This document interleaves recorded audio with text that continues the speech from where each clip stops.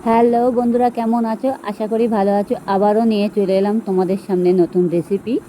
ভালো লাগলে like comment করবেন আর সব বন্ধুদের কাছে ভিডিওটা শেয়ার করে দেবেন। পুরোপুরি ভিডিওটা দেখবেন, টেনে টেনে দেখবেন না। যাই হোক, দেখতেই পাচ্ছ আমি এখানে কলা, আলু আর চিংড়ি মাছ নিয়ে নিয়েছি।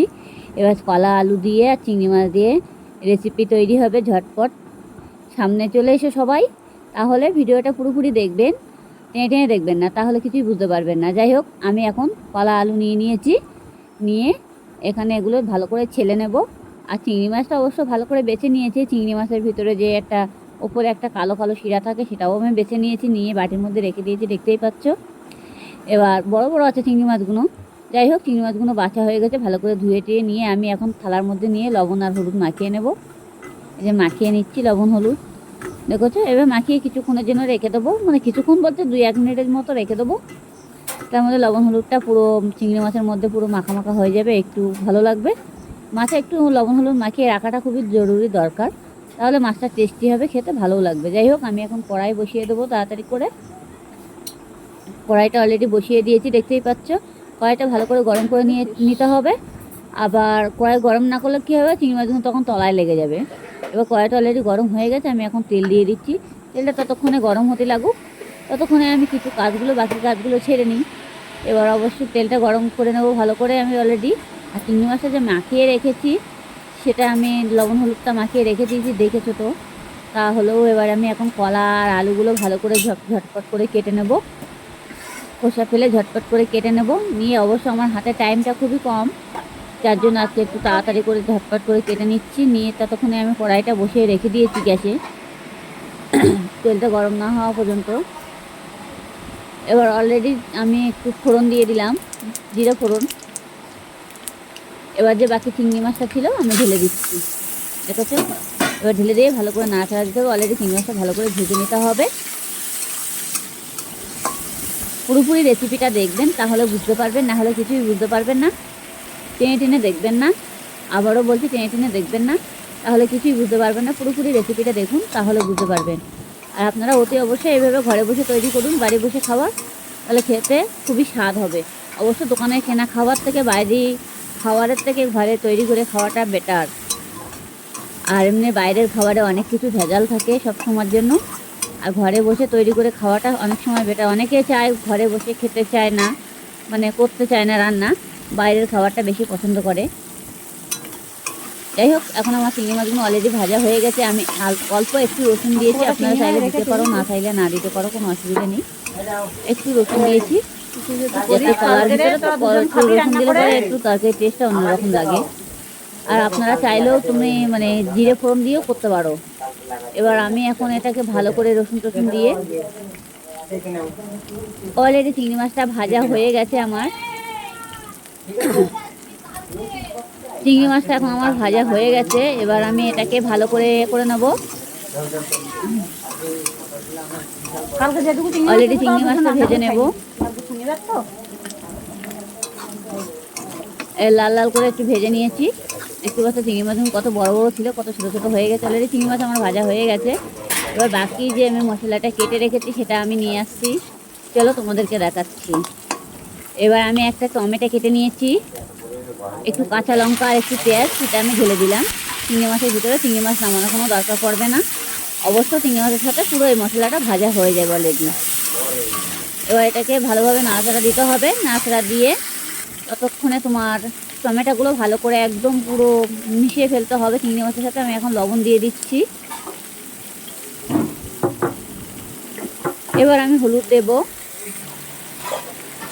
হলুদটা দিয়ে দিলাম, সেই বুঝে হলুদটা দিতে হবে। হাওয়া আসছে, একটু জিরের গুঁড়ো দিলাম। এটা ভালো করে এবার নাড়তে হবে। অলরেডি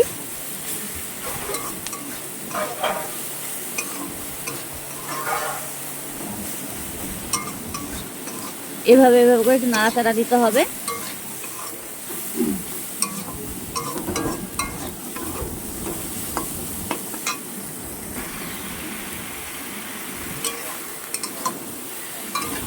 এবার আমি সবজিটা ঢেলে দিয়েছি।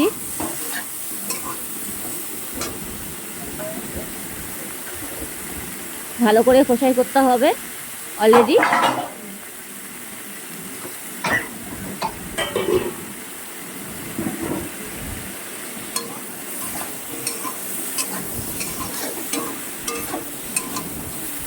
পাকার হাওয়া আসছে গেছে। আমি আবারও বলছি কি কি সব মশলা দিয়েছি।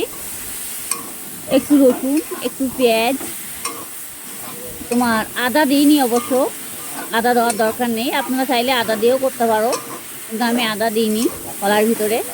আদা দিলে কলার মধ্যে কোনো একটা ছাওয়া ছাওয়া মতো লাগে। একটু রসুন, একটু পেঁয়াজ, একটু টমেটো, একটু কাঁচা লঙ্কা, এগুলো দিয়েছি। আর চিংড়ি মাছটা ভেজেই নিয়েছি, দেখতে তো পেয়েছো। অবশ্য আমি এখন কলা আর আলুটা ঢেলে দিয়ে এখন ভালো করে কষাই করে নেব অলরেডি। অনেক সময় যে কলার ভিতরে যে একটা কষ ভাব থাকে না, যতক্ষণ একটু কষাই করবে কষ ভাবটা কেটে যাবে। আর অনেকে কষাই করে না, যারা কষ ভাবটা রান্নার পরে দেখবো কড়ার গা দিয়ে পুরো ছেড়াই যাবে। কলায় এরকম নিয়ম আছে। অনেক সময় আবার দেখা যাচ্ছে যে কলাটা যদি কেটে একটু লবণ হলুদ মাখানো যায়, তাহলে আবার ছড়ায় না, মানে কলার যে কষটা সেটা ছড়ায় না। দেখেছো? এবার এটাকে আমি ভালো করে কষাই করে নিয়েছি।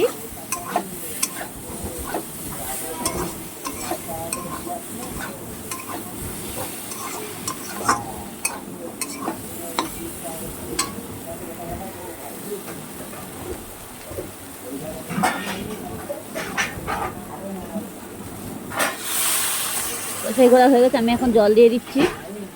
এটা একটু ঝোল ঝোল রাখবো। আপনারা চাইলে যদি মনে করবেন যে একটু ঝোল করতে পারবেন, যদি বলে না একদম মাখা মাখা করবো, সেটা ব্যাপারটা আলাদা, কিন্তু একটু ঝোল রাখলে ভালো লাগবে। যেতেই হোক কলা আলু চিংড়ি মাছ দিয়ে হচ্ছে তো, মানে কলার মধ্যে একটু হালকা পরিমাণে একটু ঝোল রাখতে হবে, বেশি আবার ঝোল ভরভরে রাখলে হবে না।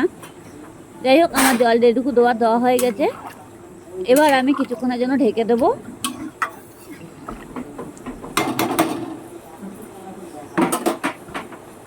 এবার আমি ঢেকে দেবো কিছুক্ষণ জন্য।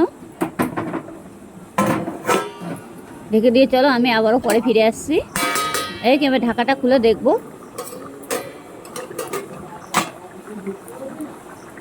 আর তরকারি কালারটা কিন্তু পুরো পারফেক্ট কালার চলে এসেছে, দেখতেই পাচ্ছ। আমি কিন্তু কোনো গুঁড়ো লঙ্কার গুঁড়ো ইউজ করিনি। এটা কিন্তু ভিডিওটা পুরোপুরি দেখবে, তাহলে বুঝতে পারবে। আর আপনারা যদি মনে করবে যে একটু গুঁড়ো লঙ্কা দেবে, সেটা তাহলে কাঁচা লঙ্কা কমিয়ে গুঁড়ো লঙ্কা দিতে হবে। এবার আমি একটু ভাজা মশলা ছিল সেটা দিয়ে দিয়েছি। ভাজা মশলা বলতে কি, এটা জিরের গুঁড়ো আর মরিচ ভেজে রেখে দিয়েছিলাম, সেটা দিয়েছি। কলা ভাজা মশলা দিলে পরে টেস্টি হয় ভালো, এত স্বাদ হয় না খেলে বুঝতেই পারবে না। যাই হোক, আমার তরকারির ঝোলটা কিন্তু অনেকটা হয়ে এসেছে।